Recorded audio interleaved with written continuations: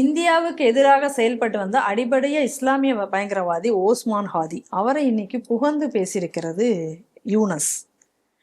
அதாவது ஓஸ்மான் ஹாதியினுடைய அந்த இறுதி பயணம் அந்த நிகழ்வில் போயிட்டு கலந்துட்டு யூனஸ் பேசியிருக்கார். அப்படி யூனஸ் அங்கே பேசும் பொழுது என்ன சொன்னார், இவருடைய இந்த கொள்கைகள், இவருடைய இந்த குரல்கள் அப்படிங்கிறது இங்கே எங்கேயும் ஒலித்து கொண்டே இருக்கும்.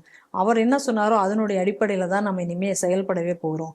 அவர் தான் நம்ம இந்த வங்க மக்களுக்கே ஒரு மிகப்பெரிய வழிகாட்டியாக இருந்திருக்கிறார் அப்படின்னெல்லாம் சொல்லி அவரை பற்றி அவர் ஒழித்த மந்திரங்கள் நம் காதில் இன்னும் ஒழித்து கொண்டே தான் இருக்கிறது, அவர் இன்னும் இறந்து போயிடவில்லை அப்படின்லாம் சொல்லி ஒரு மிகப்பெரிய ஒரு புகழாரத்தை சூட்டி அங்கே அவர் பேசியிருக்கிறார். அதோடு மட்டும் நிற்காமல் அங்கே இருக்கக்கூடிய டாக்கா பல்கலைக்கழகத்தில் பங்கபந்து அப்படிங்கிற அந்த ஹாலுக்கு இப்போ பெயர் மாற்றம் செய்யப்பட்டிருக்கிறது. அவர் ஓஸ்மான் ஹாதி ஹால் அப்படின்ற அந்த பெயரையும் மாற்றியிருக்கிறார்கள். ரெண்டு விஷயம். இப்போ ஒஸ்மான் ஹாதியின் வழியில் தான் வங்க அரசு செயல்பட போகிறதுன்னா, ஒஸ்மான் ஹாதி என்ன சொல்லியிருந்தான் அப்படின்னா, இந்தியாவின் வடகிழக்கு மாநிலங்களை பிரிப்போம் ஒஸ்மான் ஹாதி சொன்னா. அப்போ இதுதான் பங்களாதேஷ் கவர்மெண்ட்டுக்குள்ள அஃபிஷியல் ஸ்டாண்டாகக்கூடியதை யூனிஸ் முதல்ல தெளிவுபடுத்தணும். அடுத்தது, இஸ்லாமிய அடிப்படைவாதத்தை வைத்து வெவ்வேறு இடங்கள்ல இந்தியாவுக்குள்ள நம்மளும் அந்த சிக்கன் நக்க முறிப்போம் இந்த மாதிரியான விஷயங்கள் எல்லாம் பேசினா, இதுதான் வங்கதேச அரசின் நிலைப்பாடாங்கக்கூடியது யூனிஸ் இப்போ உறுதி செய்யணும். இப்போ இந்த வழியில தான் அவங்க போறாங்க அப்படின்னா, இதுதான் என் வங்கதேச அரசின் கவர்மெண்ட் ஸ்டாண்ட், இதுதான் கவர்மெண்ட் பாலிசி ஆஃப் பங்களாதேஷ், இதுதாங்கக்கூடியது யூனிஸ் இப்போ வெளிப்படையாக ஒத்துக்கணும். அதுக்கு முதல்ல யூனிஸுக்கு தைரியம் இருக்கா? ரெண்டாவது, நான் ஏற்கனவே இதை பற்றின ஒரு காணொளி ஸ்ரீ டிவியில் போட்டிருந்தேன். இது வேற பல அரசியல் காரணங்களுக்காக நடத்தப்படக்கூடிய விஷயம்னு. இப்போ இவன் செத்து போனதுக்காக வேண்டி அங்கங்கே இன்னைக்கு ஹிந்துக்களுக்கு எதிரான வன்முறைகளை கட்டவிழ்ப்பதற்காக இவன் செத்து போனாங்கக்கூடிய அந்த புணரத்தை வைத்து ஹிந்துக்களை கொல்லக்கூடிய ஒரு அரசியல் நடந்து வருகிறது. இன்னும் சொல்ல போயாச்சுன்னா, ஹசீனா பார்ட்டியில் உள்ள சொத்துக்களை அழிப்பதற்கும் ஹிந்துக்களை கொல்றதுக்கும் நியாயமான பத்திரிகைக்காரர்கள் மீது தாக்குதல் நடத்துவதற்கும் இதை இவர்கள் பயன்படுத்தி வருகிறார்கள். கொஞ்சம் முன்னாடி ஒரு 42 வயசு மதிக்கத்தக்க இந்த போராட்டத்திற்கு இவருடன் இருந்து போராடிய ஒருத்தர் இன்று சுட்டுக் கொல்லப்பட்டிருக்கிறார். இந்த சூட்டுக்கு இப்ப யாரு பொறுப்பெடுக்கணும்? அப்ப நான் ஏற்கனவே சொன்ன மாதிரி, இந்த சூடு என்பது இவனை துப்பாக்கியால சுட்டதுங்கக்கூடியது யூனிஸ் ஆதரவாளர்களால் செய்யப்பட்டது. ஏன்னா இப்ப எலெக்ஷன் இப்ப இவனை சுட்டு கொண்டோம்னா இப்ப அதை வச்சு அடுத்து இது நடக்கும். அப்ப என்னன்னா, எலெக்ஷனை போஸ்ட்போன் பண்ணிடலாம். அப்ப தொந்தரவே இல்லாம கொஞ்ச காலம் யூனிஸே அங்க உட்காந்துடலாம். அடுத்தது நீங்க என்ன பார்க்கணும்னா, இந்த புதிய வங்க தேசத்தில் வன்முறைக்கு வழி இல்லை, இதே யூனிஸ் சொன்னான். எப்ப இந்த ஹிந்துவெல்லாம் கொண்டதுக்கு அப்புறம் பத்திரிகை ஆபீஸ் எரிக்கும் போது சொல்லல. ஏன் பத்திரிகை ஆபீஸ் எரிக்கும் போது சொல்லல? இவன் பண்ண ஊழல அந்த பத்திரிகைக்காரன் வெளியில சொன்னாங்கிறதுக்காக வேண்டி அப்ப வாயை திறக்கல. நல்லா புரிஞ்சுக்கணும். இப்ப அடுத்த பணம் வந்தாச்சு. இப்ப இதை வச்சு அடுத்த அரசியல் நடக்க போகுது. எலெக்ஷன் அப்படியே போஸ்ட்போன் பண்ணிடலாம். இல்லை அப்படின்னு சொல்லியாச்சுன்னா, இப்ப இந்த இளைஞர்கள் யூனிஸுக்கு இடைஞ்சல் தான். இவன் கடைசியை சீனாவுக்கும் பாகிஸ்தானுக்கு ஆதரவாக இருந்து நமக்கு துரோகங்கீகம் பண்ணிடுவானோங்கிற பயம். அப்ப எவன் நமக்கு வசதியா வரக்கூடிய துலுக்கம் இருக்கானோ அந்த லீடர்ஸ் மட்டும்தான் எலெக்ஷன்ல கண்டெஸ்ட் பண்ணுவான். இவனுக்குள்ள பவரை சேலஞ்சு பண்ணக்கூடிய மாதிரி இருந்த எல்லா லீடர்ஸையும் இப்படியே எலிமினேட் பண்ணுவானுங்க.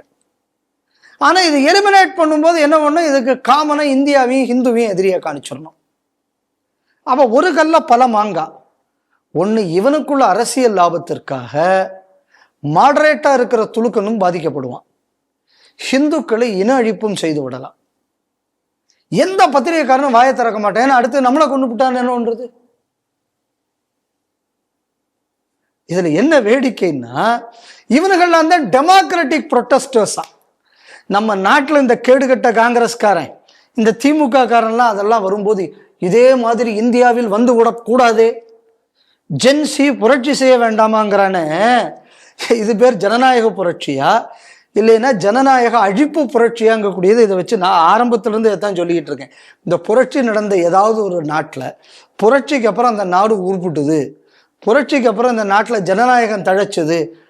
பங்களாதேஷ்ல இல்லை, ஸ்ரீலங்கால இல்லை, நேபாளில் இல்லை, ஏதாவது ஒரு நாட்டில் இருந்ததா? இல்லை, ஒரு நாட்டிலும் இல்லை. இல்லை, அதனாலதான் நான் திருப்பி திருப்பி தெளிவா சொல்றேன், இந்த ஜென்சி புரட்சிங்கக்கூடிய பேர்ல நடப்பதெல்லாமே ஜனநாயக அழிப்பு.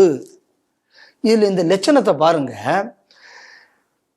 வெளிநாட்டுல இங்கிலாந்துல இருந்து ஒரு பத்திரிகையாளர், அந்த பத்திரிகையாளர் இங்க நடக்கக்கூடிய அட்டூழியங்கள் என்னென்ன, என்ன ஹிந்துக்களுக்கு மீது என்னெல்லாம் வன்முறை கட்டவிழ்த்தப்படப்பட்டது,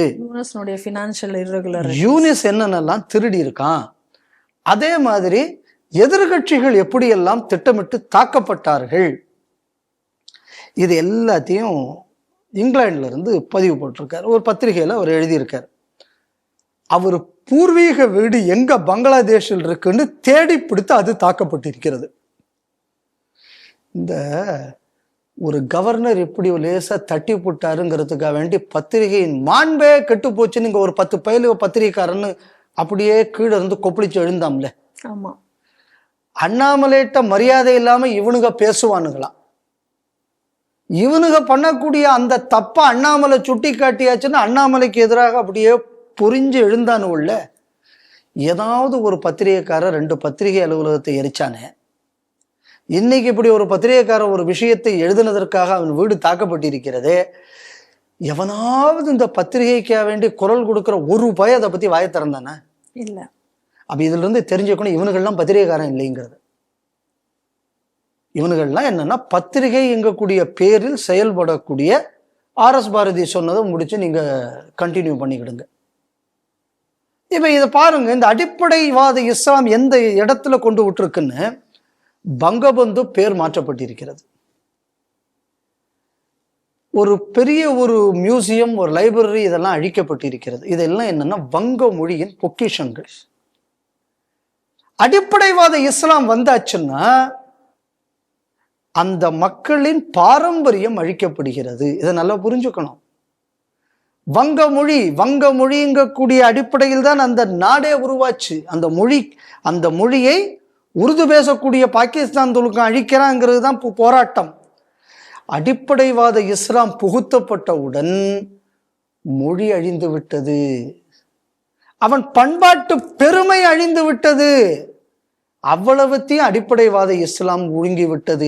இதே தான் தமிழ்நாட்டிலேயே நடக்கும். இந்த துலுக்கனை கூட்டிக்கிட்டு நீங்களும் சேர்ந்து நானும் அவனும் ஒண்ணுதான் அப்படின்னு திராவிடம் தமிழ்னு பேசுறீங்களே, இப்படித்தாண்டா அந்த காலத்துல அங்க போராடின ஹிந்துவும் இந்த துலுக்கனை கூட வச்சுக்கிட்டு இருந்தா. இன்னைக்கு என்ன நடந்தது பாரு, இதை இங்கேயும் நடக்கும். இதுதான் அடிப்படைவாத இஸ்லாம். எவனாவது ஒருத்தன் நீ தமிழ்ல டிரான்ஸ்லேட் பண்ணி தான் ஓதணும்னு எவனா ஒருத்தன் சொல்லி பாருங்க பாப்பா, முடியுமா? முடியாது. இப்ப நான் ஹிந்து இன அழிப்பு நடப்பதை விட வங்க பண்பாடு, வங்க மொழி அழிப்பும் இன்று மதத்தின் பெயரால் நடக்கிறது. மொழிகளை எல்லாம் பாதுகாக்க போறோம்னு கிளம்புனாங்கல்ல இந்த பெங்கால்ல இருக்கிற மம்தா. ஏன்டா இப்ப இந்த மம்தா பானர்ஜி மொழியை பாதுகாக்க கிளம்பலாமே, ஏன் வாயை திறக்கல? இவனுக்கெல்லாம் மொழி முக்கியம் கிடையாது. மொழியின் பெயர்ல இந்துக்களை பிரிக்கணும், பிரிச்சதுக்கு அப்புறம் துலுக்கனை கூட்டு சேர்த்து ஓட்டு வாங்கி ஜெயிக்கணும், கொள்ளையடிச்சு வாழணும். ஆனால் இவர்களால் தான் உண்மைக்குமே மொழி அழிக்கப்படுகிறது. இதை நம்ம இன்னைக்கு பார்க்கிறோம். இந்த அடிப்படைவாதம் எப்படி இருக்கும், இதோட மேனிஃபெஸ்டேஷன் இன்னும் வருங்காலத்தில் எப்படியெல்லாம் வருங்கிறதுக்கு பாகிஸ்தான் ஒரு உதாரணம். இன்னைக்கு ஆசிம் முனீர் பேசியிருக்கா. அப்படி ஆப்கானிஸ்தானுக்கு எச்சரிக்கையெல்லாம் விடும்போது எனக்கு எப்படி எல்லாம்னு தான் புரியலை. இப்ப இதை கேட்டு இன்னைக்கு நம்ம ஊர்ல உள்ள துலுக்கன்லாம் இப்ப நியாயத்துக்கு இப்ப ஆசிம் முனீர் கொடும்பாவியை கொளுத்தி இருக்கணும். நியாயத்துக்கு ஆபரேஷன் சிந்தூர்ல எழும்ப முடியாத அளவுல அடி வாங்கி செத்து ஐயா போற நிறுத்திருங்கன்னு காலில் விழுந்தது பாகிஸ்தான். இன்னைக்கு இந்த ஆசிம் முனீர் பேசியிருக்கார். அல்லாவின் பரிபூர்ண பிளஸ்ஸிங்ஸ் இவங்க உணர்ந்தாங்களா ஆபரேஷன் சிந்தூர் சமயத்துல. என் கேள்வி என்னன்னா, அப்போ அல்லாவின் பிளஸ்ஸிங்ஸை நீங்க உணர்ந்ததுனாலதான் இப்படி அடி வாங்கினீங்க. அப்ப நம்ம ஊர்ல உள்ள சல்மான் அசாரி, பெரியகுளத்தில் இருக்கிற உஸ்தாதி பீர் முகமது, நீங்களாம் யோசிச்சுங்க. ஆசிம் முனீருக்கு அதே பிளஸ்ஸிங் உங்களுக்கு வேணும்னு நீங்க கும்பிட்டுக்கிட்டு இருக்கீங்க. சிந்தூரில் அவன் வாங்கின மாதிரி அப்புறம் நீங்களும் வாங்க வேண்டி வரும். நான் சொல்லல, ஆசிம் முனீர் சொல்லியிருக்கா. அப்படி இன்னைக்கு ஆசிம் முனீர் ஸ்டேட்மெண்ட்டாக தான் அதை நாங்கள் உணர்ந்தோம். எது? அல்லாவின் அப்படியே பிளெஸிங்ஸ் அப்படியே உணர்ந்தாங்களாம். உணர்ந்ததுல என்னடா அப்படின்னா, வண்டியை கூட மூவ் பண்ண முடியாத அளவு சோழியை முடிச்சுட்டான் நம்ம ஆளு போய். அதனால இது என்ன இது பண்ணணும்னா, மக்களை ஏமாத்துவதற்கு சாமியை பயன்படுத்தக்கூடிய வேலை, பச்சையா சொல்ல போனா. அப்ப இவன் என்னைக்கு அறிவுள்ளவனா வருவானா?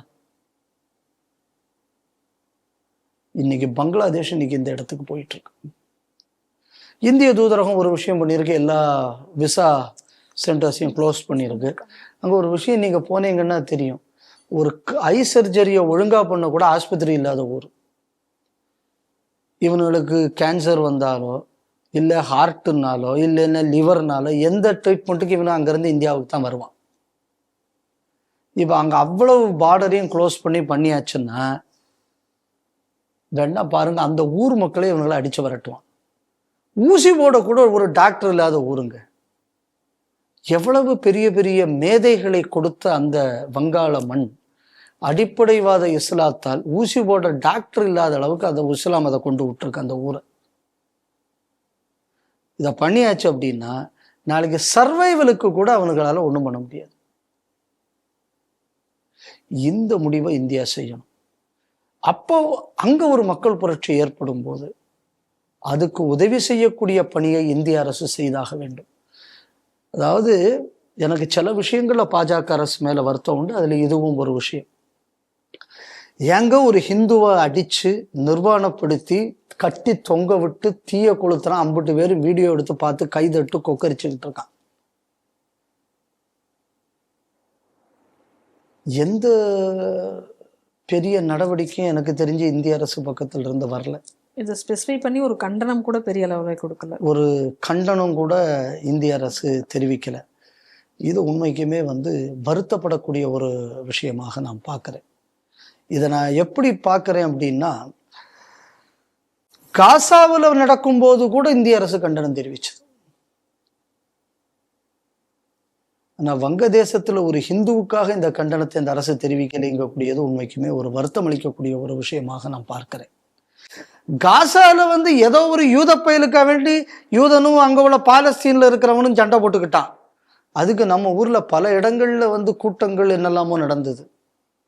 நம்ம ஊர்ல அது நடக்கிற நேபாளத்துல கூட நடந்தது. ஹிந்துக்களுக்கு எதிராக இந்த வன்முறையை கண்டிச்சு அங்க கூட போராட்டம் நடந்தது. ஆனா நம்ம ஊர்ல அதுக்குள்ள போராட்டம் கூடியது நடக்கல.